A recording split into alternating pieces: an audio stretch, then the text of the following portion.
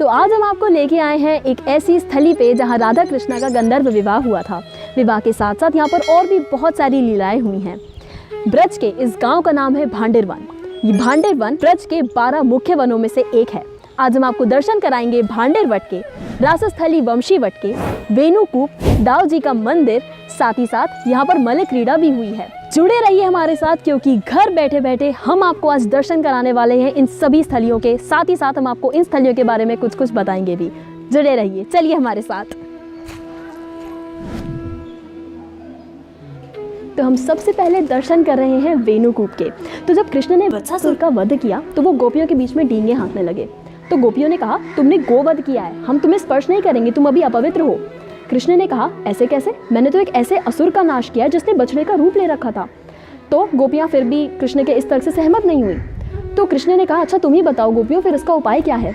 तो गोपियों ने कहा, जब तुम इस विश्व के सारे तीर्थ स्थलों में स्नान करके आ जाओगे तभी तुम पवित्र कहलाओगे और तभी हम तुम्हें स्पर्श करेंगी। तो कृष्ण ने अपनी वेणु से, अपनी बांसुरी से ये कुआं बनाया, ये कूप बनाया जिसका नाम है वेणुकूप, और इस पृथ्वी की सारी तीर्थ नदियों का आह्वान किया, इसमें स्नान लिया और गोपियों से मिलने गए।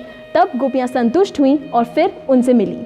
तो ब्रज की महिलाएं किसी स्पेशल ओकेजन पर आकर यहाँ पर स्नान करती हैं। ऐसा भी कहा जाता है कि सोमवती अमावस्या पे इस कुएं में स्नान करने से पुत्र या पुत्री की प्राप्ति होती है। वेणुकूप की जय। तो अब हम वेणुकूप से सीधे चलते हैं दाऊ जी मंदिर की तरफ। यहाँ पर बहुत ही सुंदर विग्रह हैं दाऊ जी महाराज के। तो चलिए चलते हैं, आ जाइए।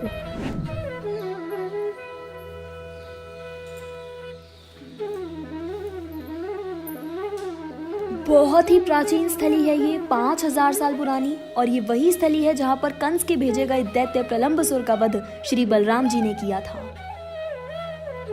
तो अब हम चल रहे हैं सीधा भांडेर वट की तरफ, जहाँ पर राधा कृष्णा का विवाह हुआ था। जी हाँ, 5000 साल पुराना वो पेड़ जिसके नीचे राधा कृष्णा का गंधर्व विवाह हुआ था। चलिए। तो अब हम आ गए हैं 5000 साल पुराने उसी वृक्ष के नीचे जहां पर राधा कृष्णा का गंधर्व विवाह हुआ था। जब कृष्ण यहाँ पर प्रकट थे 5000 साल पहले, यहाँ पर ब्रज में अपनी लीलाएं कर रहे थे, उस समय पर यह वृक्ष बहुत भी और भी ज़्यादा घना हुआ करता था, और भी ज़्यादा लंबा था। उसकी शाखाएं ऊपर नीचे दाएं बाएं चारों तरफ हर तरफ फैली हुई थी, और कृष्ण बलराम यहाँ पर अपने सखाओं के साथ क्रीड़ा करते थे। देखिए ये कितना खास पेड़ है, आज भी इसकी लताएं देखिए नीचे जा रही हैं। ये देखिए, जैसा कि आप यहाँ देख सकते हैं, ये वृक्ष कितना प्राचीन है। इसके जो तने हैं ये ऊपर से तो निकल रहे हैं, लेकिन सीधा नीचे जाकर धरती में समा चुके हैं। ये कितने अनोखे वृक्ष हैं यहाँ पर ब्रज में। आपको इस तरीके के वृक्ष दुनिया में कहीं पर भी नहीं मिलेंगे। ऐसी अनोखी लताएं आप सिर्फ और सिर्फ ब्रज में ही देख सकते हैं। और पास में यहीं पर ही यमुना नदी भी बहा करती थी 5000 साल पहले।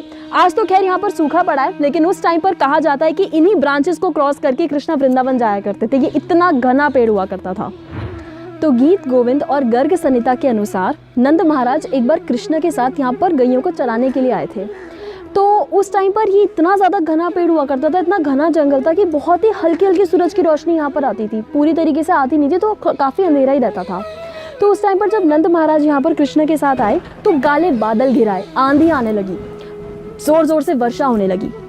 तो उस टाइम पर नंद महाराज घबरा गए। उनको लगा कि शायद कोई बुरा साइन है, ये इट्स अ बैड ओमेन। तो उन्होंने क्या किया, उन्होंने कृष्ण को अपनी गोद में छुपा लिया। उसके बाद फिर वहीं से श्रीमती राधा रानी प्रकट हुई। तब कृष्ण बाल रूप में थे, तो राधा रानी प्रकट हुई। उन्होंने ऐसे करके नंद महाराज को अपना हाथ दिखाया, मानो कि वो कृष्ण को अपने साथ कहीं लेके जाना चाहती है। तब नंद महाराज ने राधा रानी को कृष्ण दे दिए और राधा रानी कृष्ण को लेकर इसी पेड़ के नीचे आई। जैसे ही वो यहाँ पर आई, चतुर्मुखी ब्रह्मा, ललिता सखी, विशाखा सखी और सारी गोपियां यहाँ पर प्रकट हो गई। कृष्ण ने अपना किशोर रूप यहाँ पर फॉर्म किया और फिर उनकी इच्छा से, राधे श्याम की इच्छा से, चतुर्मुखी ब्रह्मा ने यहाँ पर राधा कृष्णा का गंधर्व विवाह किया। सखियों ने खूब सारे वेडिंग के गीत गाए। यहाँ पर एक बहुत बड़ा उत्सव हुआ, बहुत बड़ा फेस्टिवल हुआ। उसके बाद जब ये सब कुछ संपन्न हो गया, उनका गंधर्व विवाह हो गया, तब ब्रह्मा अप्रकट हुए, सारी सखियाँ, सारी गोपियाँ प्रकट हुई। कृष्ण वापस बाल रूप में गए और राधा रानी कृष्ण को लेकर वापस नंद महाराज के पास गई। उन्होंने कृष्णा नंद महाराज को वापस दिए और फिर वो वहाँ से चले गए। तो ये बहुत ही सुंदर लीला यहाँ पर हुई है। तो यहाँ आप देख सकते हैं ये पेड़, आप इसको मंडप के रूप में समझ सकते हैं। ये जो तना है ये एक पेड़ से जाकर दूसरे पेड़ में मिल रहा है। इसे गठबंधन के रूप में यहाँ पर देखा जाता है ब्रज में। और जैसा कि आप देख सकते हैं ये 4 अलग अलग पेड़ हैं जो कि मंडप का फॉर्म दे रहे हैं। तो अब हम आ चुके हैं भांडे बिहारी जी के दर्शन करने के लिए, मंदिर के अंदर आ चुके हैं। तो यहाँ के विग्रह की बहुत ही एक खास बात है। हमने यूजुअली देखा है कि भगवान श्री कृष्ण के हाथ में बंसी होती है या फिर हम और क्रियाकलाप करते हुए देखते हैं, लेकिन यहाँ पर जैसा कि आप देख सकते हैं ठाकुर जी के हाथ में सिंदूर है। वो राधा रानी को यहाँ पर मांग भरते हुए आपको दिखाई देंगे। जय हो।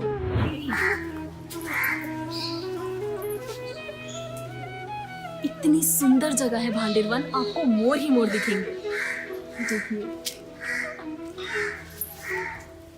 आजकल हमें शहर में मोर नहीं मिलेंगे, लेकिन भांडेर वन ऐसी जगह है, ये देखिए मोर ही मोर है इधर।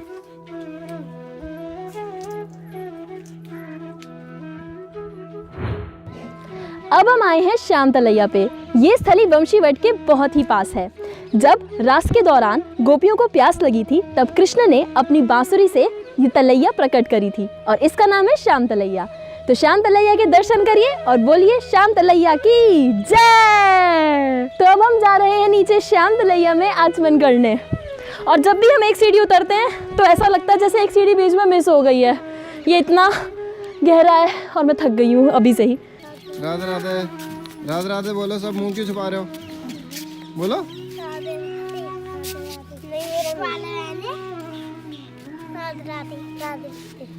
तो अब हम आए हैं रास स्थली वंशीवट पर। हम अभी अंदर जाएंगे और दर्शन करेंगे। तो 5000 साल पुराना ये वही पेड़ है जिस पर कृष्ण चढ़ के अपनी सारी गैयों को बांसुरी बजाकर बुलाते थे। ये वही पेड़ है, ये वही वृक्ष है जिस पर कृष्ण चढ़ के सारी गोपियों को भी बुलाते थे, ललिता सखी, विशाखा सखी आदि। तो अब हम जा रहे हैं वंशीवट के अंदर। इस स्थली में बहुत सारे संत रहकर अपना भजन करते हैं। ये बहुत ही सुंदर जगह है। तो अब हम अंदर की तरफ जाएंगे और एक बार परिक्रमा करेंगे। तो जो पूरी परिक्रमा थी वो 10 मिनट की थी और जैसा कि आप देख सकते हैं रास्ते बहुत ही कंफ्यूजिंग थे। बहुत ही रहस्यमय जगह है ये, क्योंकि रास्ते इतने सारे थे और हम लोग धीरे धीरे खोजने की कोशिश कर रहे थे कि कहाँ से निकलना है, क्योंकि काफ़ी सुनसान जंगल है ये।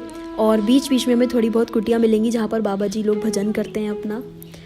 और ऐसे करते करते करते करते हम लोग फाइनली एक बाबा जी की भजन कुटीर पे पहुँचे और उनकी अनुमति से उन्होंने हमको अंदर जाने दिया और हमने उनकी कुटीर के दर्शन लिए। और जैसा कि आप देख सकते हैं सारी ही कुटीर वहाँ पर ऐसे ही होती हैं, छोटी सी कुटीर होती है और फिर वो ज़मीन के अंदर जाकर उन्होंने अपना भजन का एक स्थली बना रखी होती है। और हम आपको यहाँ पर दिखाएंगे इन बाबा जी के भी, ठाकुर जी यहाँ पर हैं और यहाँ पर वो अपना दिन रात भजन करते हैं। बहुत ही सुंदर था, हमने दर्शन लिए, उन्होंने हमको प्रसाद दिया, बहुत ही अच्छा अनुभव रहा। और ये पूरा वंशीवट इतना ज़्यादा मिस्ट्री भरा है कि समझ नहीं आ रहा कि हम कहाँ जाएं, इधर या उधर। But since we can see कि वहाँ पर भक्त हैं तो हम वहीं जाएंगे। तो हमें यहाँ पर एक मैया मिल गई हैं जो हमको रास्ता दिखा रही हैं, क्योंकि हम ऑलमोस्ट भटक गए थे, कुछ समझ नहीं आ रहा था।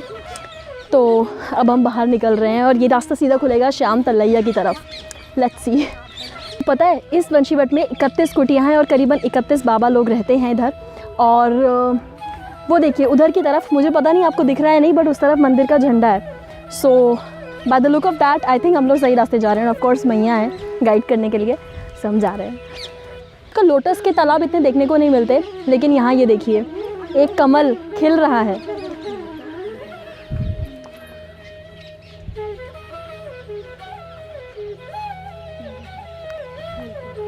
यहाँ की लताएं देखिए, यहाँ के पेड़ देखिए, कुछ अनोखे हैं, बहुत ही अलग हैं।